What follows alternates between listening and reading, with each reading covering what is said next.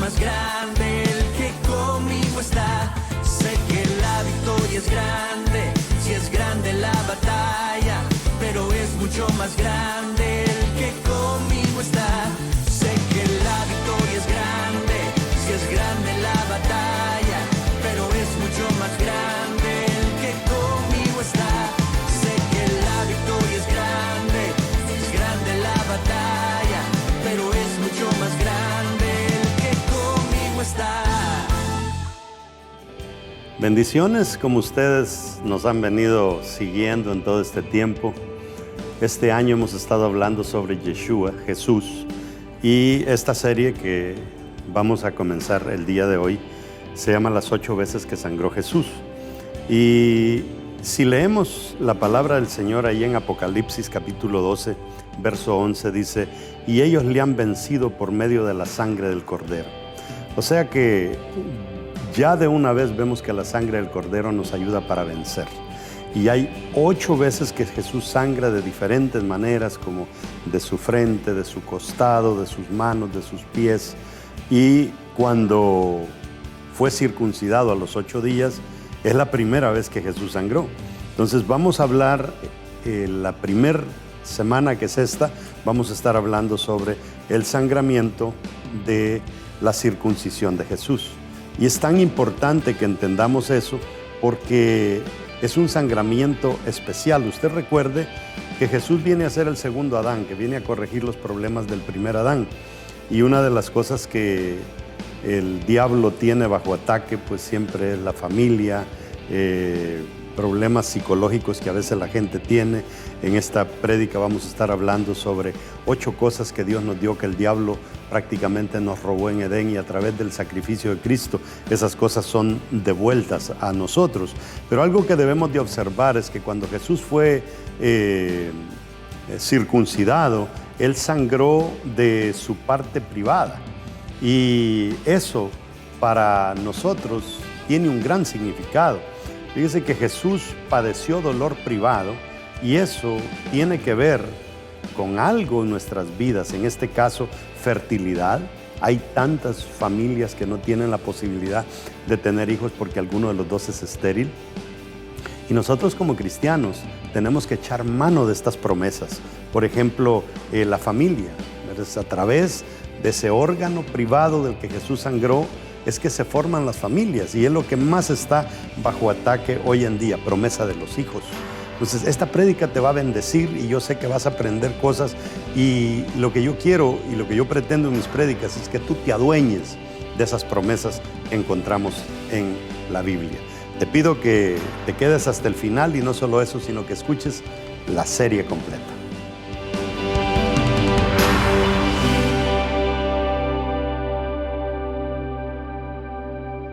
Vamos a agarrar nuestra Biblia y diga conmigo: la Biblia es palabra de Dios. Si Dios lo dice, yo lo creo. Si Él dice que tengo riquezas, soy rico. Si Él dice que tengo salud, soy sano. Si Él dice que tengo salvación, soy salvo. Si Él dice que soy su hijo, soy importante. Por eso, de hoy en adelante, nadie me define. El único que me define es Dios, mi hacedor. Dele un aplauso al Señor. La razón por la que decimos nuestra declaración de fe, hay como 5 razones en ella. 1, la Biblia es palabra de Dios. Todos los días quieren desbaratar este libro y hacernos creer de que es una mentira. Después, el mundo siempre trata de hacernos creer que nacimos para fracasar y no para un día ser ricos o ser prósperos. Todos los días el enemigo lucha por eso. Tercero, el diablo todos los días le quiere hacer creer a la gente que está enferma, nos quiere robar la salud. Cuarto, todos los días el enemigo quiere hacer creer a los cristianos que no van a ser salvos. Y quinto, el diablo todos los días quiere hacernos que abracemos la identidad que Dios no quiere que abracemos. ¿Ok? Vamos a hablar de un tema muy, pero muy importante este mes entero. ¿Se recuerdan el año pasado en la Navidad cuál fue el tema que estuvimos tocando? ¿Quién se recuerda? Estuvimos hablando Qué bárbaro es usted. Sobre la vaca alazana. Nadie se recuerda de eso. Tan fácil recordar una vaca. Y hoy vamos a estar hablando de las 8 veces que Jesús sangró. ¿Okay? Leo y después usted se pone cómodo. Si quiere, Apocalipsis 12:11 dice: y ellos le han vencido por medio de la sangre del Cordero y de la palabra del testimonio de ellos, y menospreciaron sus vidas hasta la muerte. Póngale mucho cuidado. Estamos hablando de momentos cuando el pueblo que haya quedado en la tribulación se va a estar enfrentando directamente con el anticristo, con la bestia. Y solamente, y aquí está hablando de un grupo que fue llevado al cielo antes de que esto sucediera.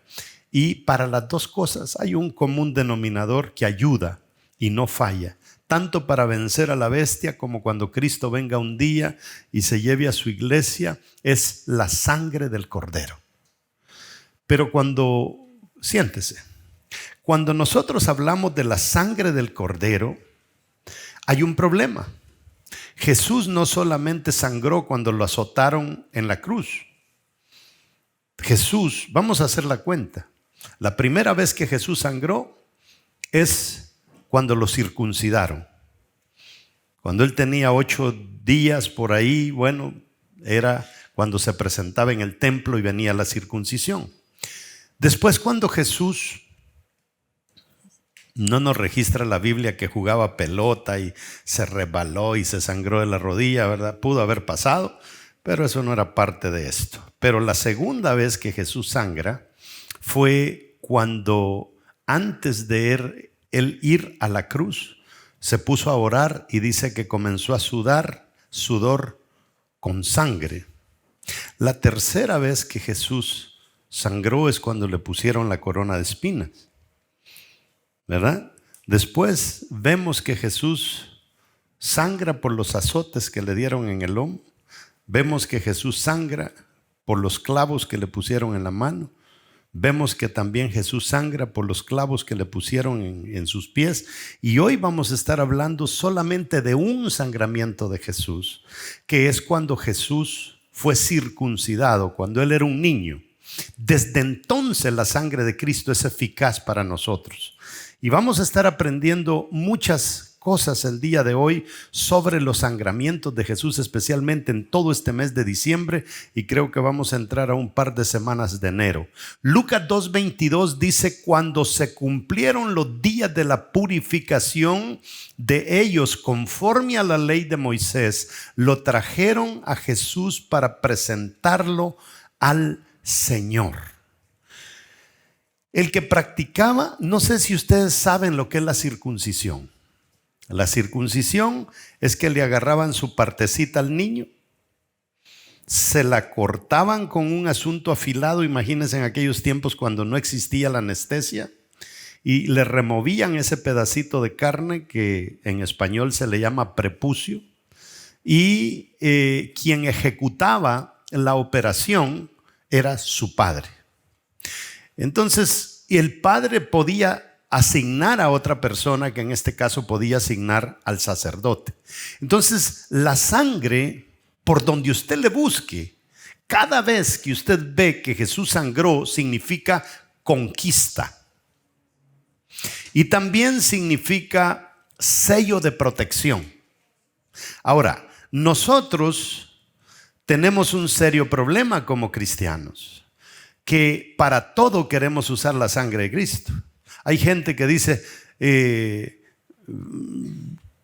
le tocan la puerta y puede hacer que sea la policía.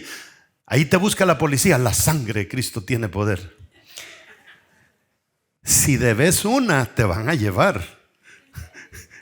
No hay que andar aplicando la sangre donde no hay que aplicarla. La sangre es para perdón de pecados, pero también la sangre significa conquista para su pueblo. Un sello de protección que el Señor nos da a nosotros como sus hijos. La sangre me garantiza el triunfo. La sangre no se conforma con menos que el triunfo. Porque usted se recuerda que Jesús llegó un momento en que le dice al Padre: Padre, pasa de mí esta copa, como quien dice: Señor, si pudiéramos evitar esta chorreadera de sangre, qué bueno fuera, pero que no sea mi voluntad sino la tuya. Entonces podemos ver nosotros que la conquista más grande de Jesús está relacionada con haber derramado más de 3 litros de sangre por cada uno de nosotros. Pero el día que este niño fue circuncidado fue cuando él comenzó a botar sangre y a padecer dolor. ¿Por quién?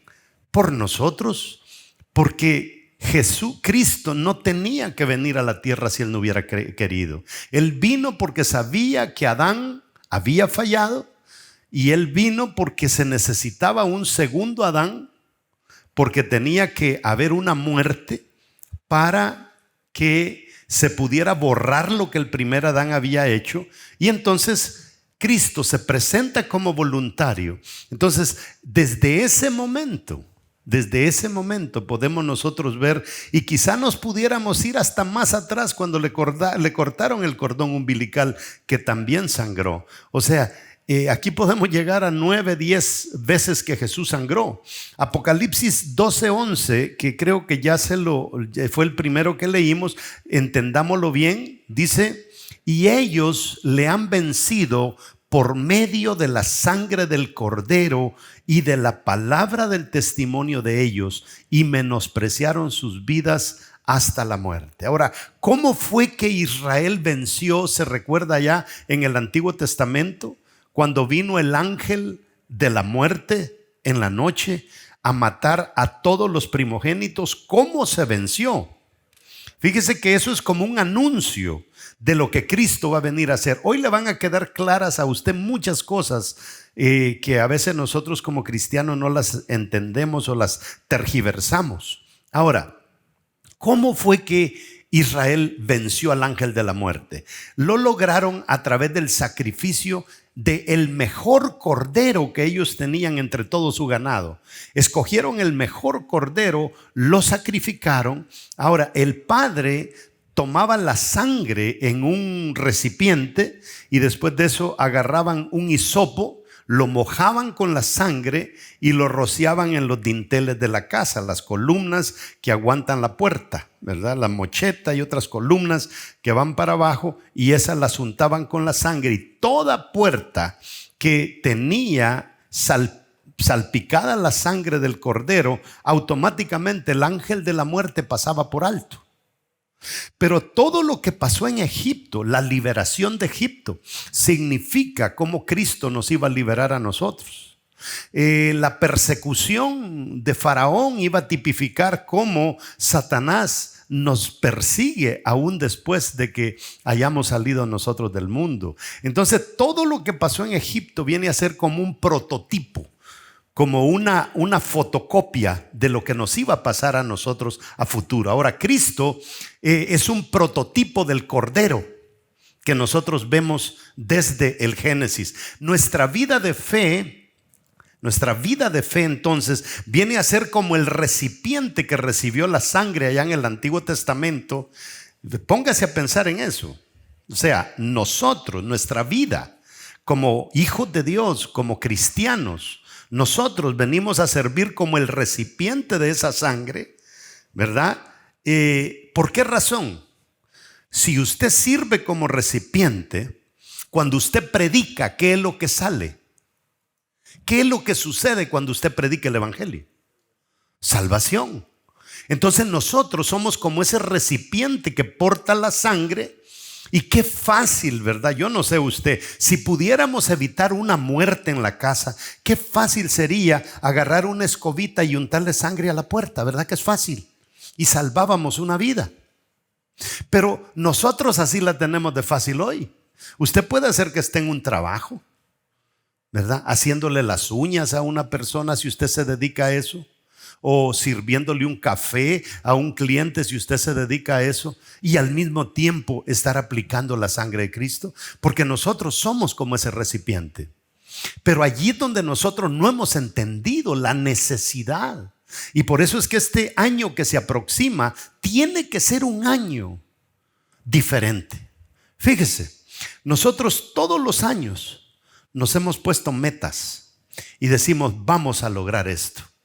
Pero fíjese que yo a mis años vine a aprender que yo no le puedo poner metas a una persona que no haya desarrollado disciplina. Si usted no ha desarrollado disciplina, ¿para qué le pongo metas? Si usted no tiene la disciplina para cumplirlas. Entonces en enero usted se compromete, pero como no tiene disciplina, ya en febrero usted anda haciendo lo suyo. ¿Ah?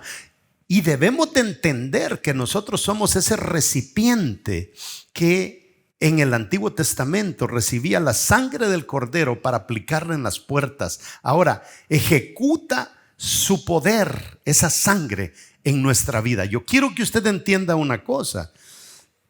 Si usted viene a ser ese recipiente, si usted es portador de la sangre de Cristo, si usted es portador del Espíritu Santo, no cree que usted no es cualquier cosa. Nosotros no somos cualquier cosa, pero a veces nos comportamos así, especialmente cuando nos sobran las excusas para cumplir con aquellos privilegios que a veces nos dan. Ahora, el hisopo era el medio para aplicar la sangre. Puede ser un prototipo de nuestra confesión. Cuando usted confiesa, ¿verdad?, algo, impulsada por el Espíritu Santo, nuestra obediencia a ejecutar ese principio. Entonces usted es el recipiente, lleva la sangre, que vendría a ser como la escoba esa que comienza a aplicar la sangre, pues sin darnos cuenta. Nosotros pintamos paisajes con palabras.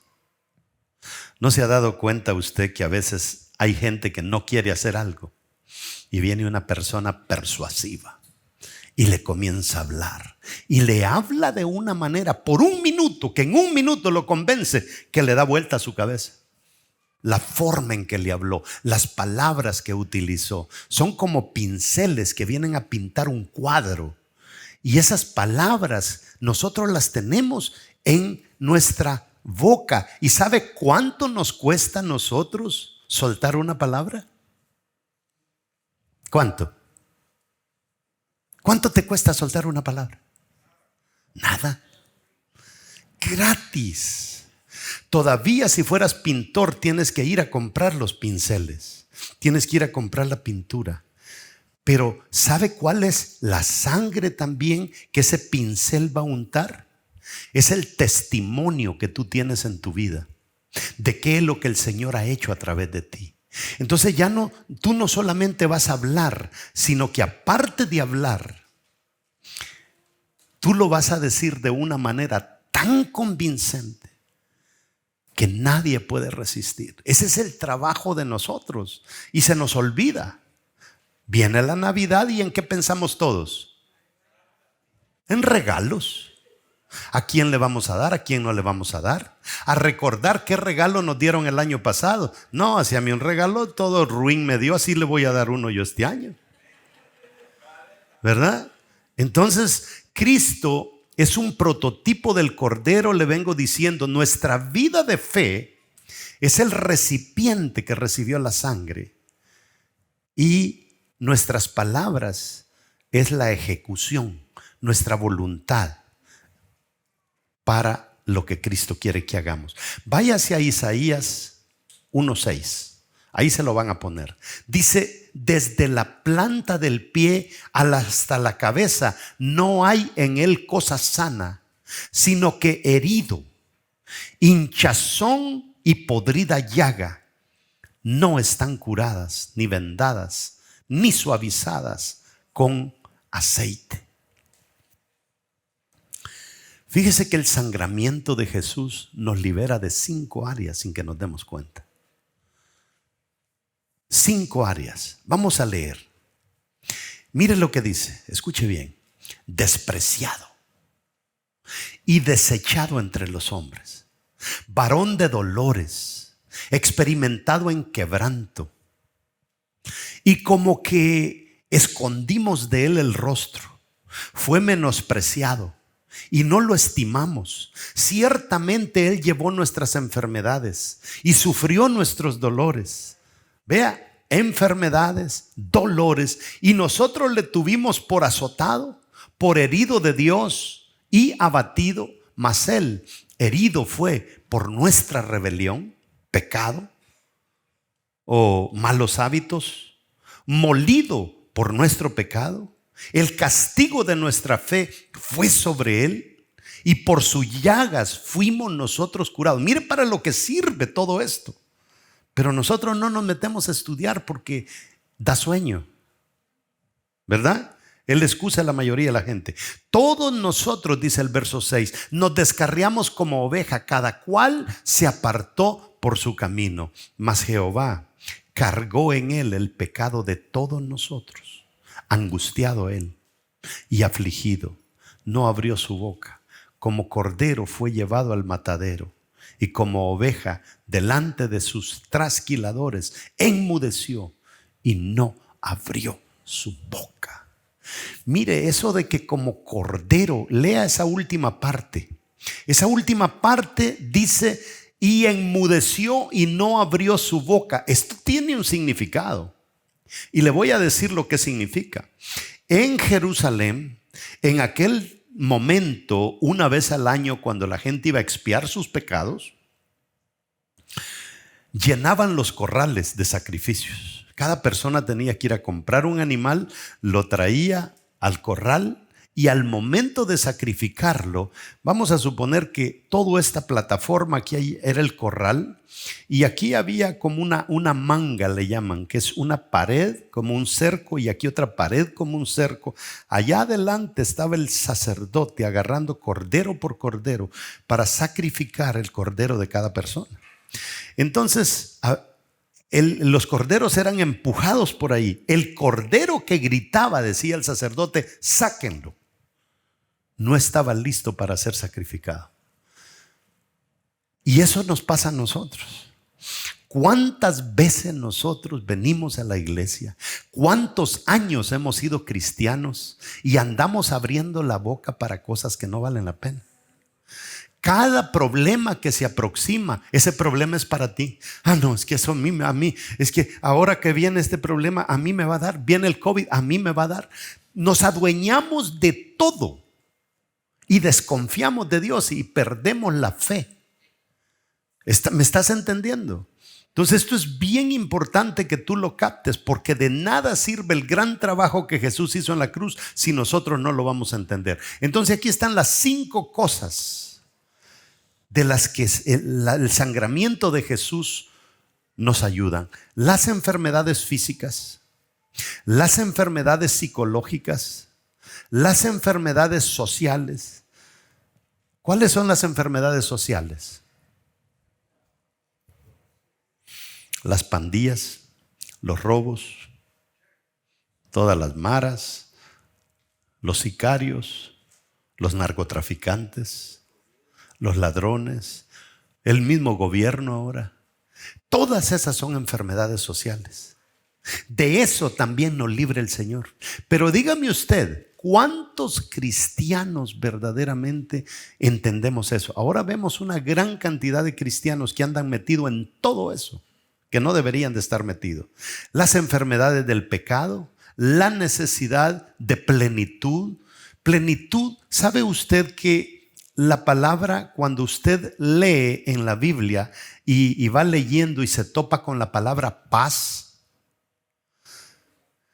En hebreo, la palabra que se usa para paz es la palabra shalom. Cuando usted va a Israel, lo primero que escucha a todo mundo le dice Shabbat Shalom. Usted llega y usted, lo primero, y usted de una vez, Shalom. Y usted no sabe ni qué pepa significa. Y usted ya sale hablando hebreo, Shalom, ¿verdad? Y Shalom quiere decir plenitud. Quiere decir que usted es pleno, usted está lleno, a usted no le falta nada. Entonces, desde el Antiguo Testamento, la palabra Shalom se encuentra más de 280 y pico de veces. Pero cuando el diablo hace tropezar a Adán y Eva, les roba la plenitud y los deja fragmentados. Ahí es cuando comienza el problema de la identidad, el problema de la inseguridad, que yo no puedo, que mi primo sí, pero que yo no. Y todas esas cosas, porque el enemigo nos las roba. Y todas esas cosas son cosas que el Señor nos quiere devolver, pero nosotros no andamos preocupados por entender lo que la palabra nos quiere enseñar. Ahora, la enfermedad y el dolor tienen que doblegarse. Escúcheme esto, la enfermedad y el dolor se doblegan ante un cristiano que tiene fe. No debería ser efectivo el dolor. Pero nosotros somos tan desconfiados. Los espíritus de enfermedad no pueden soportar el poder de la sangre que brotó de Jesús. Si usted se da cuenta, muchos de los espíritus, muchas de las enfermedades del Antiguo Testamento eran provocadas por un espíritu. Y muchas de las enfermedades que hoy vemos son provocadas por un espíritu.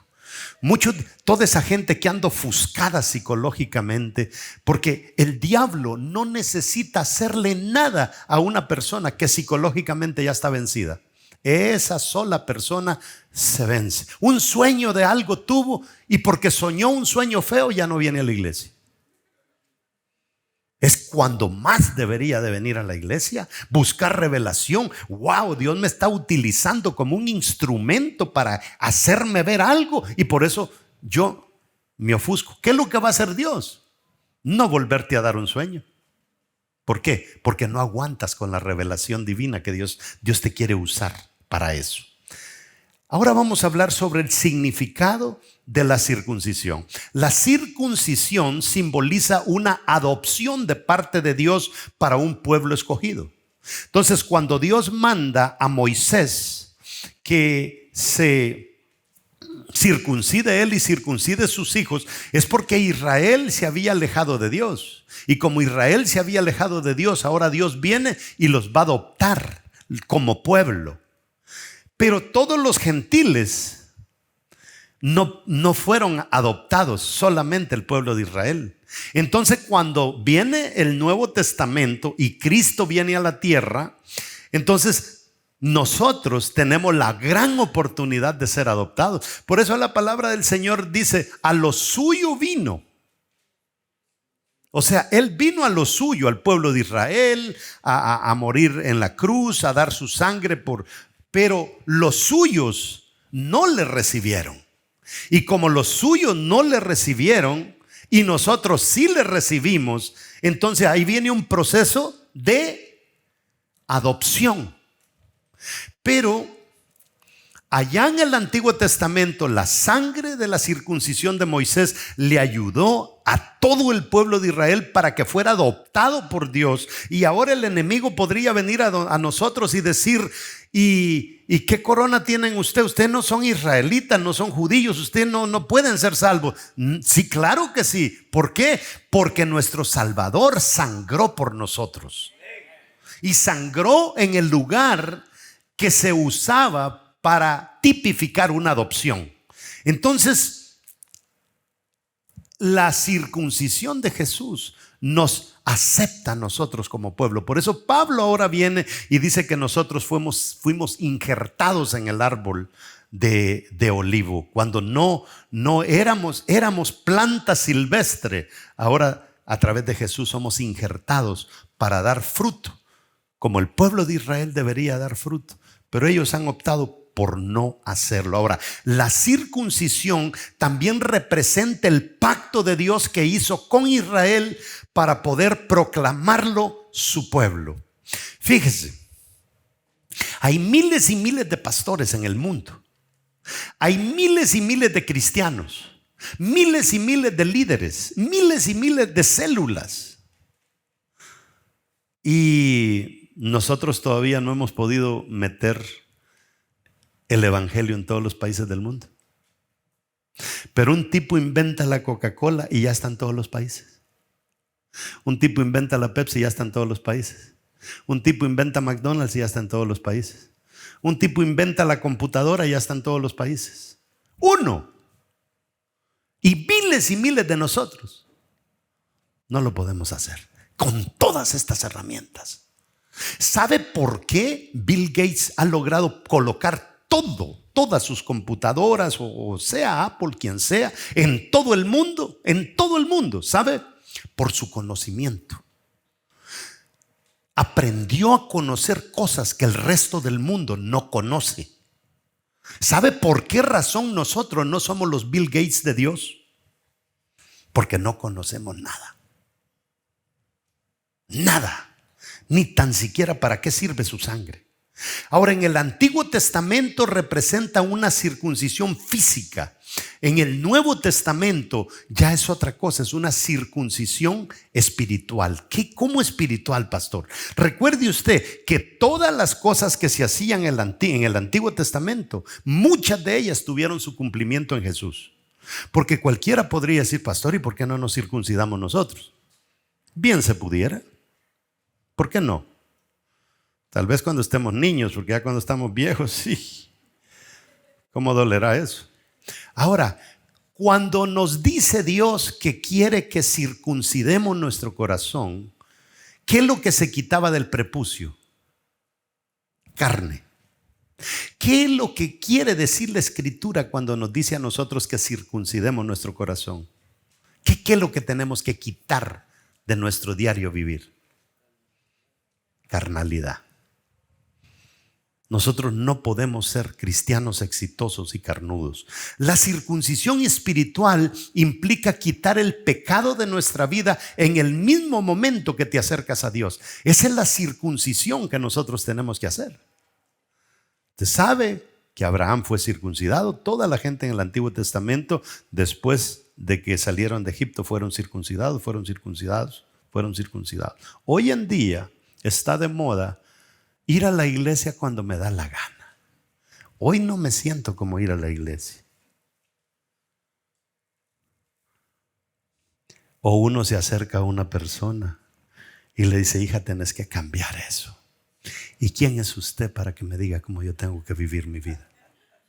Así me dijo una persona esta semana. ¿Y quién es usted para que me diga cómo yo voy a vivir mi vida? Ahora, la circuncisión es dolorosa, pero es necesaria. Para llegar a ser como Jesucristo, manso, humilde, de corazón, tenemos que circuncidar nuestro corazón. En otras palabras, tenemos que arrancar toda aquella carnalidad que no nos deja avanzar. 3. Él sangró en la circuncisión. Esta es la primer sangramiento de Jesús. Lucas 2:22. Cuando se cumplieron los días de la purificación de ellos conforme a la ley de Moisés, lo trajeron a Jerusalén para presentarlo al Señor y ahí fue circuncidado.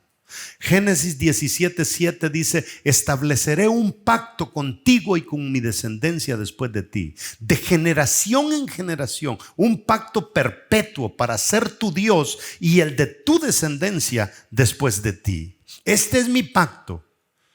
Y que guardaréis entre mí y vosotros y tu descendencia después de ti. Todo varón de entre vosotros será circuncidado. Todo varón de entre vosotros será circuncidado. Circuncidaréis la carne de vuestro prepucio y será señal, será por señal del pacto entre mí y vosotros. A los 8 días de edad será circuncidado todo varón entre vosotros, de generación en generación. Tanto el nacido en casa como el comprado por dinero y cualquier extranjero que no sea de tu linaje. Todo aquel que se iba a mezclar con el pueblo de Israel tenía que ser circuncidado. En otras palabras, hermano, toda persona que dice ser cristiana tiene que ser circuncidada de corazón. Adiós chisme, adiós malas palabras, adiós traguito, adiós cigarrito, adiós baile, adiós pachanga, adiós todo eso. ¿Qué le pasó a Moisés cuando no descuidó a sus hijos y no los quería circuncidar? Por una milésima Dios no lo mató a él con sus hijos. Corrió a circuncidarse él y circuncidar a sus hijos. Pero ahora nosotros queremos vivir a nuestras anchas. Lucas 2:21 dice, cumplidos los 8 días para circuncidar al niño, le pusieron por nombre Jesús, el cual le había sido puesto por el ángel antes que fuese concebido. Y cuando se cumplieron los 8 días de la purificación de ellos, conforme a la ley de Moisés, le trajeron a Jerusalén para presentárselo al Señor. O sea, ya más claro ya no nos puede quedar. Jesús sangró para beneficio nuestro. Qué lindo que Él padeció dolor para que usted tranquilo ahí. Venga cuando le dé la gana. Sí le da la gana. No sé, yo voy al culto de la mañana si aprovecho todo el día. O mejor aprovecho todo el día y voy al de la tarde. Porque la luz la ponen bien oscura y ni le ven la cara a uno. Yo ahí me pinto las uñas, yo ahí texteo y ni cuenta se da.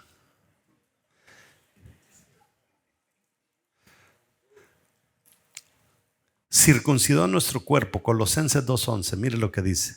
En él también fuisteis circuncidados, con circuncisión no hecha de mano, al echar de vosotros el cuerpo pecaminoso carnal en la circuncisión de Cristo. Mire qué claro, o sea, Él se circuncida para que usted quede libre de pecado. Entonces, ¿tiene lógica el que nosotros quitemos la carnalidad de nosotros? Claro que sí. Jesús padeció, mire, dolor privado. Diga conmigo, dolor privado. De su órgano sexual. ¿Qué es lo que nosotros como seres humanos podríamos comparar con dolor privado? Aquellas cosas que tú no se las puedes contar a nadie, ni a tu esposo, ni a tu esposa, ni a tus hijos, a nadie, porque Dios me libre. Hasta eso cubre la sangre de Cristo. Sangró del lugar de la reproducción. Eso es promesa de fertilidad. Por eso, mujeres, si hay una mujer estéril aquí o una mujer estéril que me esté escuchando, no hay cosa más efectiva para la esterilidad que esto. Esto es, amados hermanos, seguro. Promesa sobre la familia, promesa sobre los hijos, porque fue de su órgano sexual. Él protegerá todo lo concerniente a la familia. ¿Qué es lo que ahora está más de moda? Dígame usted. Destruir la familia. Mire, hay 7 cosas. Tenga mucho cuidado con esas 7 cosas. Voy a tener que predicar un mensaje sobre eso. Una de las cosas que le meten miles y miles de dólares, millones de dólares, le inyectan de todos los gobiernos del mundo, es el aborto. Segunda cosa que le inyectan millones y millones de dólares es el ateísmo. Hay gente que se dedica a eso, gastando cantidades de dinero para desbaratar la realidad de nuestro Señor Jesucristo. Ahora, la imagen que Dios había creado se distorsionó y se manchó como producto del pecado. Pero el segundo Adán, que es nuestro Señor Jesucristo, o el segundo hombre, le puso fin a esta imagen distorsionada. ¿Usted se recuerda cuando Jesús resucita y se le presenta a la gente por primera vez? Primera vez que Jesús se le presenta a otro ser humano. ¿Sabe cuál fue la primera palabra que salió de la boca de Jesús? Paz. ¿Cómo se dice paz en hebreo? Shalom. O sea, lo que el primer Adán perdió, el shalom, ahora yo se los devuelvo. Ya no van a estar fragmentados, no deberían de pasar ustedes deprimidos, sofocados, preocupados, angustiados. ¿Por qué? Es la promesa que leímos en Isaías. Nosotros realmente no sabemos lo que estamos perdiendo. Mire, hay algo bien interesante también. Yo se lo he predicado a usted por muchas veces. La palabra nos enseña a nosotros claramente, y Pablo es el que lo pinta bien bonito. dice que cuando muere el testador, nosotros nos hacemos dueños de la herencia. Mientras no muera el testador, nadie de los hijos son dueños de la herencia. Cuando mi papá murió, trajimos un abogado, le dijimos, pásele todo a mi mamá, le pasó todo a mi mamá, mi papá muere, todo es de mi mamá. Todo. Ya no es de él, se murió. Todas estas bendiciones que están aquí hubieran sido nulas si el testador no hubiera muerto. Pero hasta de eso se encargó él, y por eso celebramos esta Navidad. Porque ese niñito que nació, haya sido en diciembre, en abril o donde quiera que haya nacido, es efectivo. Eso es lo que debemos de entender. Él no solamente se encargó de sangrar de estas 8 diferentes partes de su cuerpo, sino que se encargó de morir para que todo lo que la sangre nos entrega fuera nuestro, gracias a que el testador murió. Toda la herencia que él dejó es de nosotros. Yo les aseguro que si en la Biblia hubiera una herencia de $100,000 para cada uno de nosotros, ya anduviera usted como loco buscándola. Pero como no es de dinero, sino que es otro tipo de herencia, no nos interesa. Y es que el enemigo es astuto. Astuto. Fíjese que yo hacía un videito hace 2 días. Hay una compañía aquí en los Estados Unidos que hace un veneno para matar el monte que sale en el césped, en la grama, en el pasto. Y la plantita que sacan en el pasto, que es buena, hasta la sacan con una florcita amarilla. Es bueno esto para matar eso. Y como esa es la cosa que más sale en el pasto aquí en los Estados Unidos, ese monte, en inglés se llama dandelion, en español se llama diente de león. Cuando usted arranca esa plantita y saca la raíz es lo mejor que usted puede usar para problemas del corazón. Ahora, el que hace este veneno, la fábrica que hace este veneno, tiene un dueño. El producto está siendo demandado por todos lados. Lo conocen como Roundup en el internet. Lo compró una empresa europea que hace la aspirina, Bayer. ¿Qué es lo que me está? Mire qué interesante. Un veneno, dice, maten el dandelion, maten el diente de león, porque les arruina su pasto, se les va a ver feo con ese montón de flores amarillas. Mátenlo. Pero ellos no están interesados en que usted limpie su pasto. Están interesados en que usted mate aquello que le va a sanar su corazón para que corra como loco a comprar aspirinas a la tienda. Mire cómo es de astuto el ser humano. Y esa misma astucia, así como nos roban eso. Un día yo desperté a esto porque encontré como 25 mujeres hindúes ahí en ese pasto que está ahí atrás del edificio, arrancando ese monte. Pero era un montón de mujeres arrancando el monte y se llevaron todo el monte. Y me doy cuenta que es una gran medicina. Pero aquí no estamos hablando de diente de león, hermanos. Aquí estamos hablando de la sangre de Cristo. Y de la misma manera que esta gente, ¿verdad?, promueve a través del ateísmo, promueve a través del aborto, ahora están promoviendo la eutanasia. Acaban de inventar en Suiza una maquinita que es como una cápsula que usted se acuesta y de repente usted siente que le falta el aire y de repente se desmaya y se muere para que usted se suicide solo. Póngase a pensar. O sea, el enemigo está trabajando como usted ni tiene idea. Y de ahí el movimiento, ya usted sabe cuál, el del arco iris. Invierten millones de dólares para que ya no se procreen niños, porque hay que destruir a la humanidad. Y después el movimiento feminista. Todos los hombres son pícaros, son sinvergüenzas, no se casen para ya no tener hijos. Y son 7 agendas que el diablo tiene. Pero una de las peores agendas está en contra de la iglesia. ¿Sabe por qué? Porque la iglesia es la que produce la mayor cantidad de voluntariado en el mundo. Porque el cristiano hace ministerio sin que le paguen nada. Dicen, hay que acabar con la iglesia.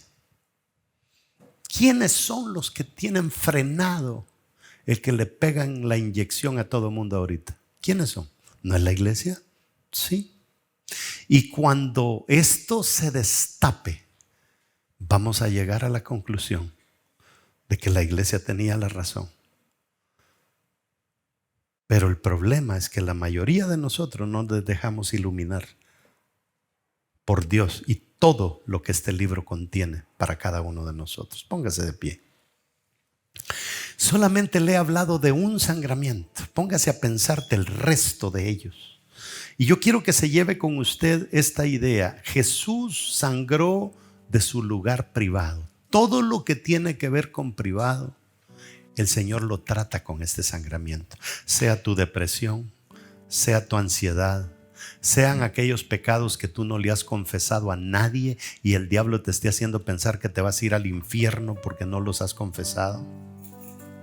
Porque hay personas que perdonan a otros pero no se perdonan a sí mismos porque solo ellos saben las cochinadas que han hecho.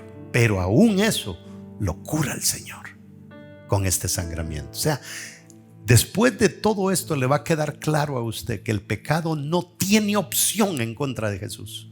No tiene opción en contra de nosotros. Es que cuando te vas, por ejemplo, a Romanos 8:1 y habla de la ley del Espíritu, la Biblia claramente dice que la salvación es una ley. Nadie te la puede robar. Nadie te puede quitar la salvación. Por ley somos salvos. Pablo lo dice.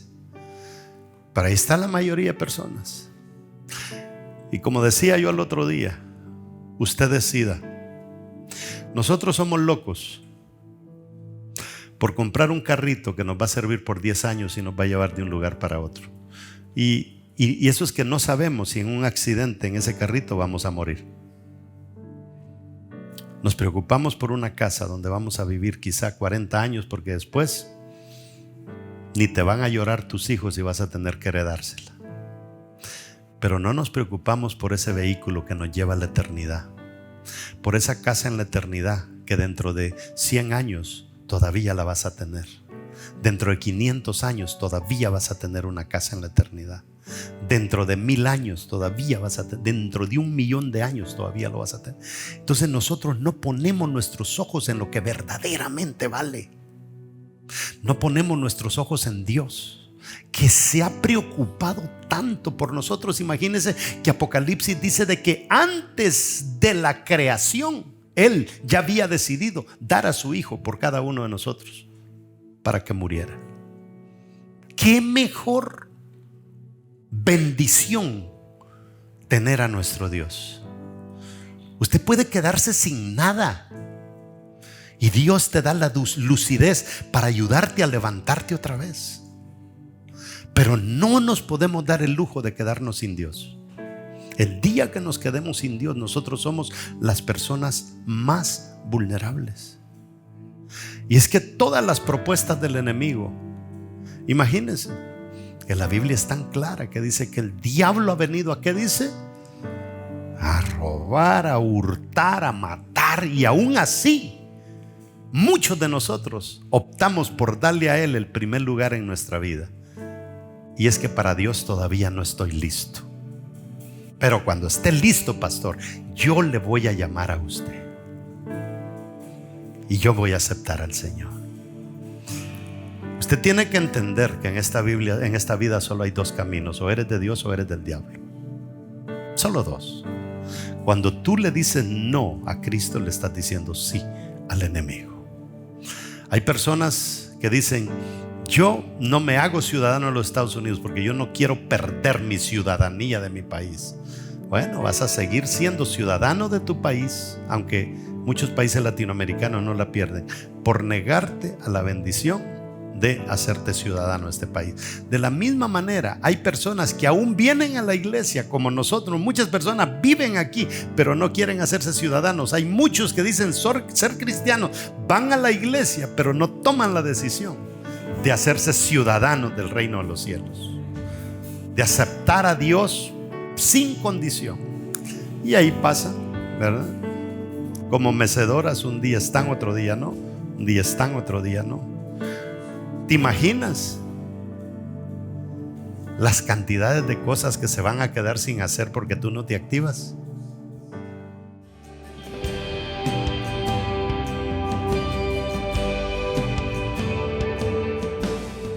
De todos los versículos que utilizamos, hay un versículo que llama mucho la atención, especialmente cuando nosotros no hemos tomado ese pacto con Jesús en serio.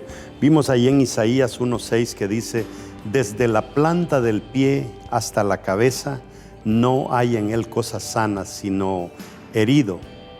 Fue herido él, dice, vemos heridas, hinchazones, podrida llaga, no están curadas, ni vendadas, ni suavizadas con aceite.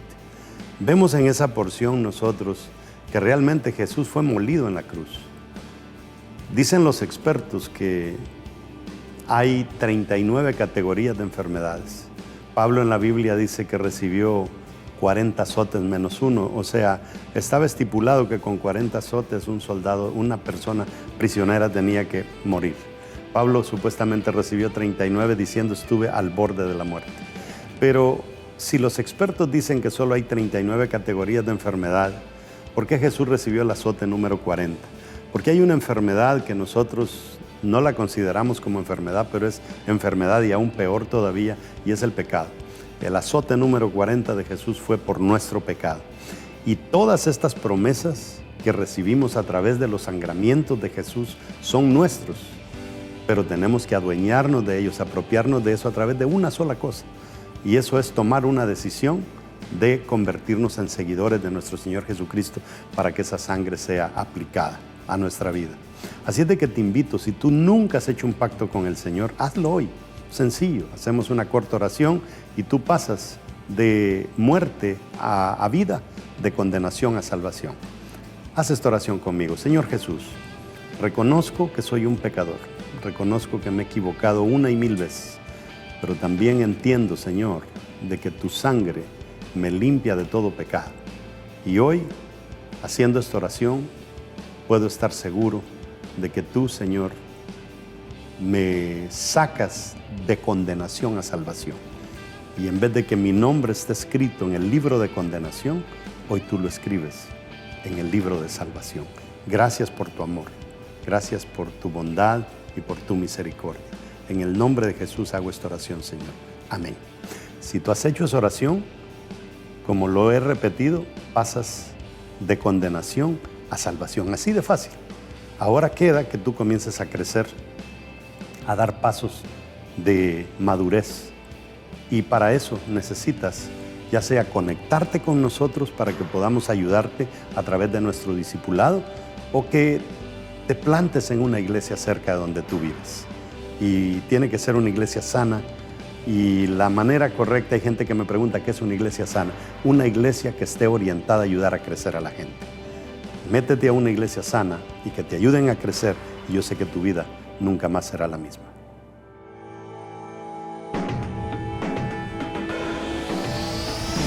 Sé que la victoria es grande, si es grande la batalla, pero es mucho más grande el que conmigo está.